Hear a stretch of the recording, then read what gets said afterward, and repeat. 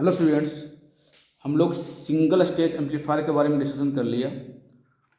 तो उसमें क्या होता है कि इसका गेन जो होता है अनस्टेबल, उसका ड्रॉबैक अगर देखते हैं हम लोग सिंगल स्टेज एम्पलीफायर का, drawback of single stage amplifier का, इसमें क्या होता है, सिंगल स्टेज भी नहीं कीजिए और मान लीजिए कि ड्रॉबैक ऑफ एम्पलीफायर कर दीजिए, ठीक है, हटा दीजिए इसको। तो इसमें क्या होता है, गेन जो होता है अनस्टेबल होता है, ठीक है, गेन इज अनस्टेबल।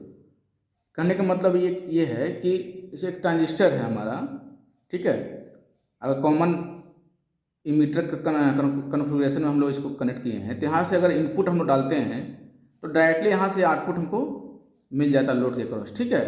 तो ये एम्पलीफाइड वर्जन होता है, ठीक है। तो ये क्या होता है, अनस्टेबल होता है, इसका आउटपुट रिवर्स आता है। ये क्या होता है, अनस्टेबल होता है, क्योंकि इस पर हमारा कोई भी कंट्रोल नहीं होता है। अब इसका गेन किस पर डिपेंड करता है, ट्रांजिस्टर का बीटा वैल्यू पे, ठीक है। अगर बीटा अगर है, इसका ट्रांजिस्टर का पर्टिकुलर बीटा होता है तो इस बीटा के अनुसार इसका आउटपुट इस प्रकार से प्रोड्यूस करेगा, ठीक है। तो इस पर कहने का मतलब है कि ये स्टेबल नहीं होता है, इसका कुछ भी हो सकता है, हमारा इस पर कुछ भी कंट्रोल नहीं है।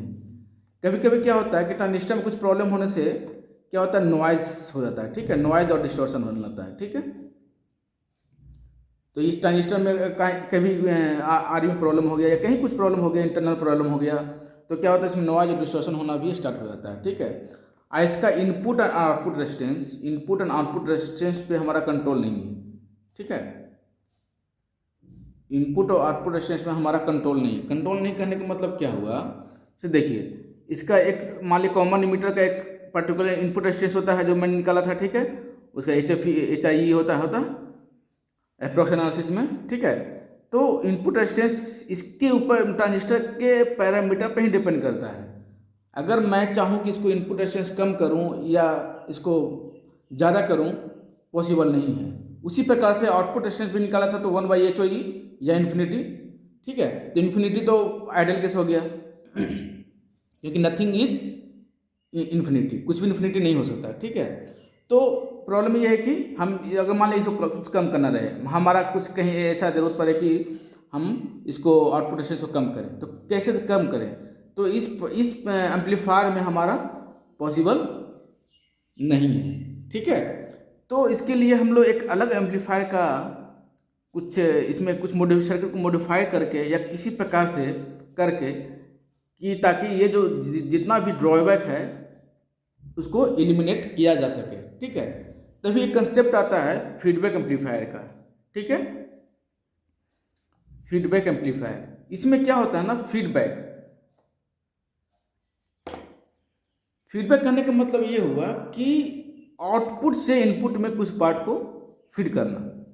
अगर इसको जनरल लैंग्वेज में बोला जाए तो सपोज कीजिए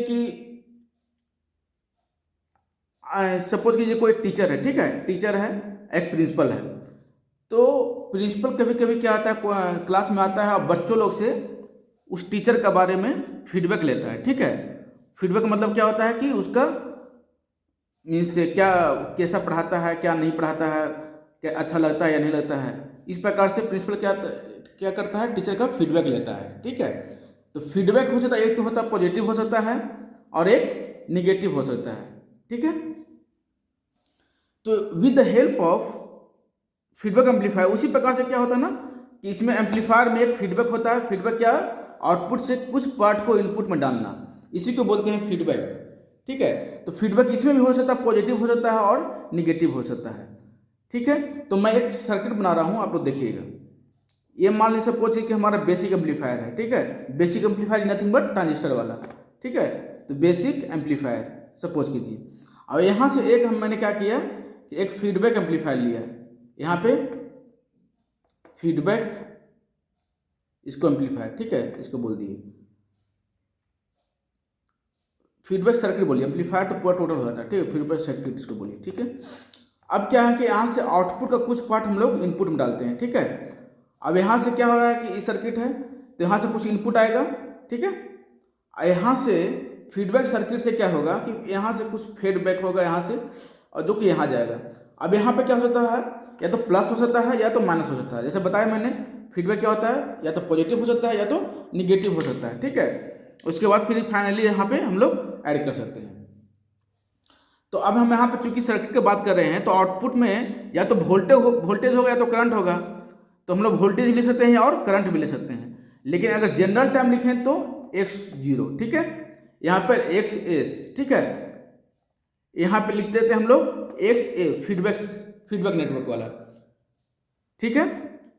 और इसको मान लें कि हम लोग इसको a बोलते हैं, a मतलब गेन होता है, पहले बता चुके हैं कि a जब भी लिखेंगे तो गेन मतलब होता है। अब फीडबैक सर्किट का जो होता है गेन, उसको बीटा बोलते हैं इसको, ठीक है। तो इस प्रकार से हम लोग सर्किट बनाते हैं, इसी को बोलते हैं फीडबैक एम्पलीफायर। इस प्रकार से सर्किट जब रहेगा तो क्या बोलेंगे, फीडबैक एम्पलीफायर बोलेंगे, ठीक है। तो एक्स एस समझ लीजिए क्या हुआ, सिग्नल इनपुट हो गया, यहाँ से जो है ना एक्स आई हो गया, क्या X I is equal to X S minus X F, ठीक है ना। यहाँ पे क्या होगा एक्स एफ, तो हम माइनस भी हो जाता है और प्लस भी हो सकता है, प्लस माइनस एक्स एफ, ठीक है। अब एक्स जीरो ये क्या हुआ हमारा नेट इनपुट, ठीक है। और एक्स एस क्या हुआ सिग्नल इनपुट, ये क्या हुआ सिग्नल इनपुट, ठीक है, सोर्स वाला। एक्स एफ हो गया फीडबैक इनपुट और एक्स जीरो क्या हो गया आउटपुट सिग्नल, ठीक है। इतना चीज इसमें फीडबैक एम्पलीफायर में होता है। तो अब इस सर्किट से क्या हमको बेनिफिट मिलेगा वो देखिए। तो पहला हो गया कि गेन क्या होगा, गेन इज स्टेबल होगा ना। देखिए यहाँ पे क्या किए हम लोग, कुछ चीजों को, कुछ गेन को हम लोग गेन को फीडबैक कर दिए, ठीक है। तो गेन जो अनस्टेबल हो गया था वो क्या हो गया स्टेबल हो गया, ठीक है।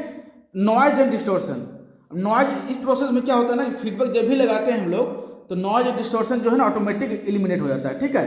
तो सेकंड पॉइंट भी खत्म। अब है इनपुट एंड आउटपुट रेजिस्टेंस। तो इनपुट और आउटपुट रेजिस्टेंस भी इसमें हम लोग कंट्रोल कर सकते हैं, ठीक है। वो कैसे कंट्रोल करते हैं वो हम लोग बाद में देखेंगे, ठीक है। लेकिन इसका अगर एडवांटेज में पूछा जाए तो ये भी लिखिएगा कि we can control input and output resistance accordingly. Noise and distortion को हम लोग खत्म कर सकते हैं और गेन को स्टेबल कर सकते हैं। एक चीज होता है कि बैंडविड्थ, ठीक है। तो बैंडविड्थ को हम लोग भी इसको इंक्रीज करते हैं। बैंडविड्थ क्या होता है कि फीडबैक एम्पलीफायर में इंक्रीज करता है, ठीक है। तो इतना चीज हमारा क्या हो गया इसका एडवांटेज, ठीक है।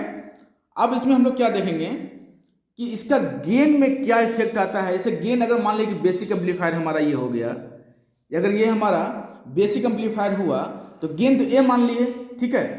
अब जो है एक गेन होगा बेसिक गेन, एक और गेन होगा, इसे देख लीजिए। गेन जो हमारा होगा एक एफ होगा, ठीक है। एफ होता है क्लोज लूप गेन, ठीक है, close loop gain.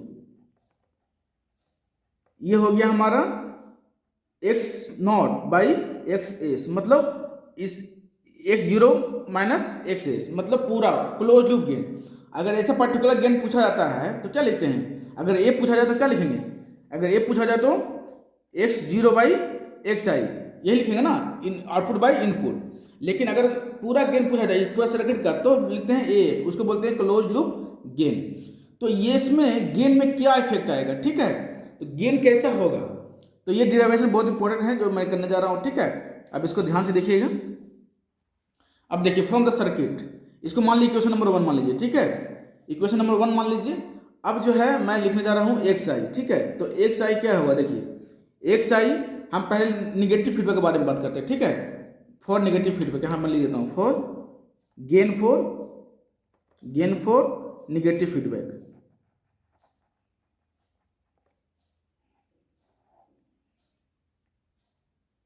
Gain for negative feedback, ठीक है।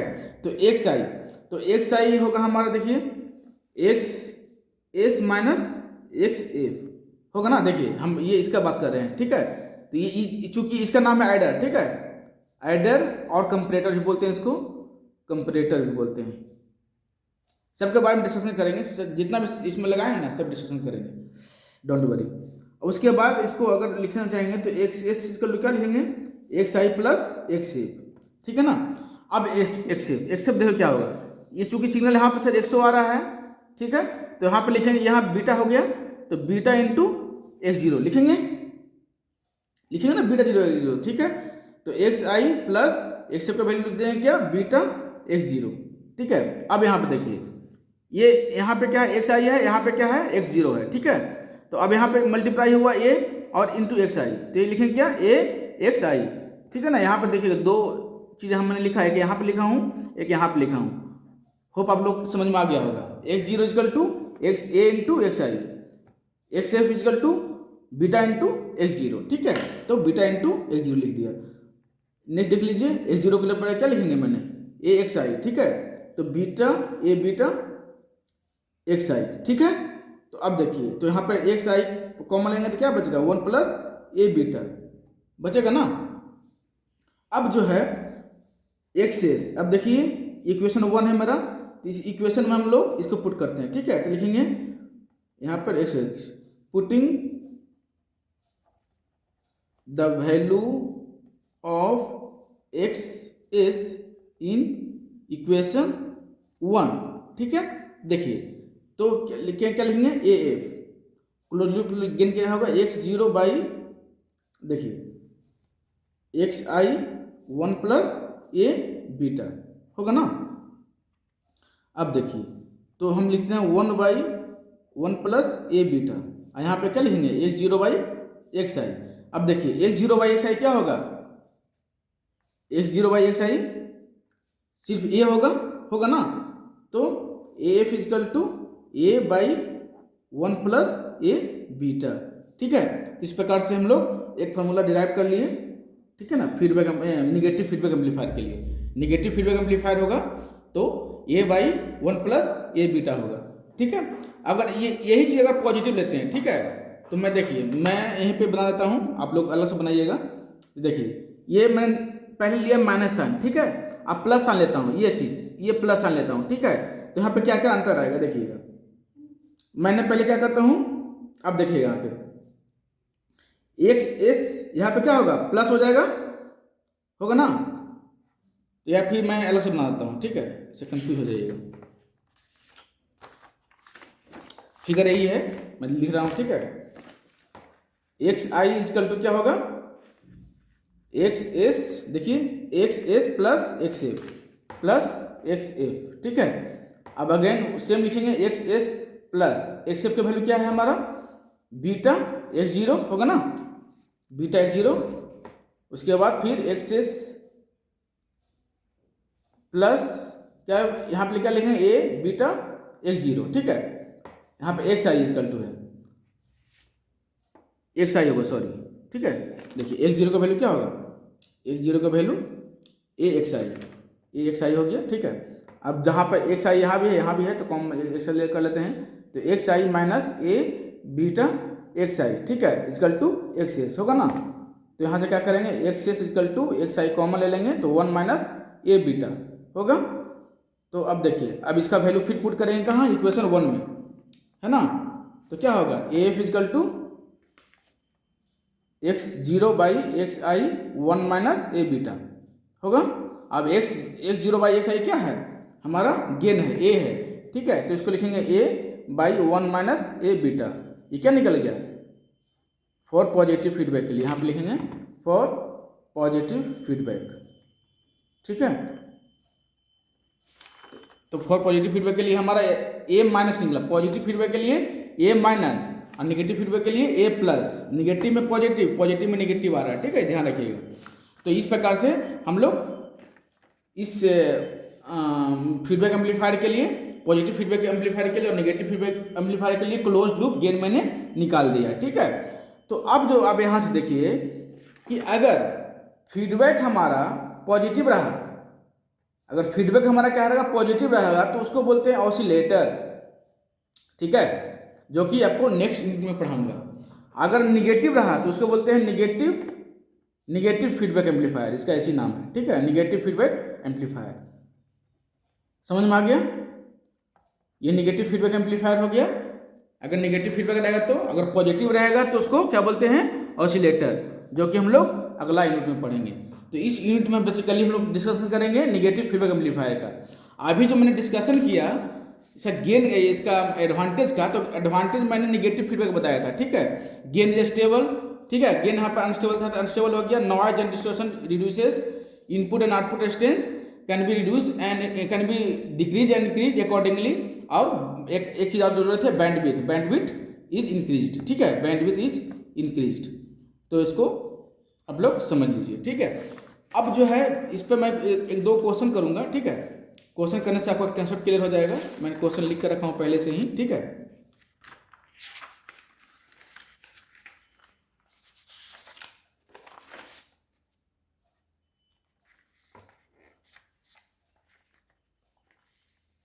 देखिए यहां से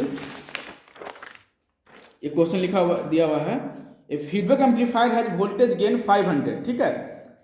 क्वेश्चन नंबर 1 के देखिए, क्वेश्चन नंबर 1 में क्या है, a feedback amplifier has voltage gain, मतलब ये दिया हुआ है, ठीक है। मान लीजिए ये मेरा होता है ना, क्या फिगर, ये हमारा ये दिया हुआ है, ठीक है। ए का वैल्यू दिया हुआ है, तो ए का वैल्यू कितना दिया हुआ है हमारा 500। देखिए लिखा हुआ विदाउट फीडबैक, बिना फीडबैक का। Determine the voltage gain with the feedback if the feedback ratio is 0.1, ठीक है। तो अब फीडबैक रेशियो बीटा क्या होता है, फीडबैक रेशियो, ठीक है ना, ये बीटा फीडबैक रेशियो, तो बीटा इक्वल टू 0.1। तो अब इसको कह रहा है कि विथ फीडबैक मतलब बोल रहा है, तो मतलब क्या, close loop gain A F equal to क्या होगा, A/1 प्लस। अब ये देखना है कि पॉजिटिव फीडबैक है नेगेटिव फीडबैक है, ठीक है।